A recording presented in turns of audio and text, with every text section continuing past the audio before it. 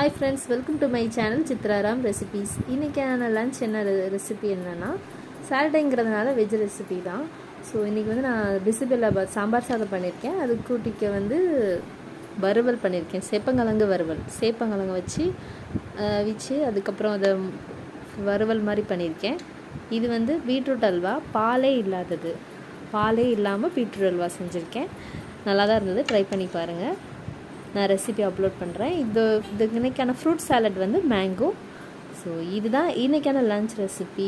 வாங்க சாப்பிட்லாம். Like and subscribe to my channel. Thank you.